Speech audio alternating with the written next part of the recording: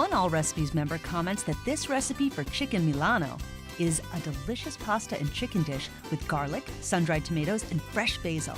Use the dry, packaged sun-dried tomatoes instead of the tomatoes packed in olive oil.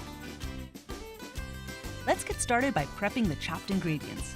First, rough chop enough sun-dried tomatoes to make half a cup. Next, chop enough fresh basil to make 2 generous tablespoons. Fresh basil makes all the difference in a recipe like this. Then, mince 2 cloves of garlic. Now we're ready to assemble our chicken Milano. Put 1 tablespoon of butter into a large saucepan. Melt the butter over low heat. Add the chopped garlic and cook it for 30 seconds. Now, add in the chopped sun-dried tomatoes and 3/4 of a cup of chicken broth. Increase the heat to medium and bring this mixture to a boil. Reduce the heat and simmer uncovered for another 10 minutes until the tomatoes are tender. Add in 1 cup of heavy cream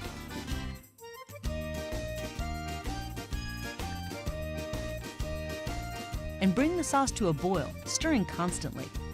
Reduce the heat again and simmer it until the sauce is thick enough to coat the back of a spoon.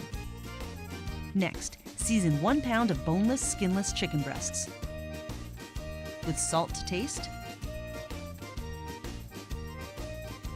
and pepper to taste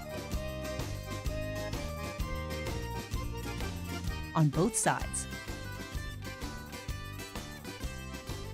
In a large skillet over medium heat, warm 2 tablespoons of vegetable oil and cook the chicken breasts in the oil, pressing on the breasts with a slotted spatula from time to time. Cook them for 4 minutes on each side until the meat feels springy and there's no trace of pink left. Transfer the chicken breasts to a cutting board and cover them with foil so they stay warm. Drain the fat from the chicken skillet and place it back over medium heat. Add in 1/4 cup of chicken broth and bring it to a boil, stirring to include the pan juices. Reduce the chicken broth slightly and then add it to the cream sauce.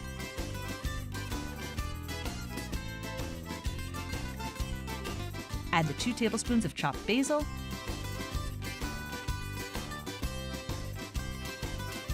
and season the sauce with salt and pepper. Now, bring a large pot of salted water to a boil. Add 8 ounces of dried fettuccine and cook it for 8 to 10 minutes until the pasta is al dente, which means done but still firm. Drain the pasta and transfer it to a large bowl. Toss the pasta with several spoonfuls of the sauce mixture. Slice the chicken breasts into 2 or 3 diagonal slices. Serve the pasta on each plate and top it with several slices of chicken. Coat the chicken generously with the cream sauce. All Recipes member Mandy Sue says this recipe for chicken Milano is simple and delicious. I made the recipe as stated, and I found the amount of sauce to be perfect for the meal.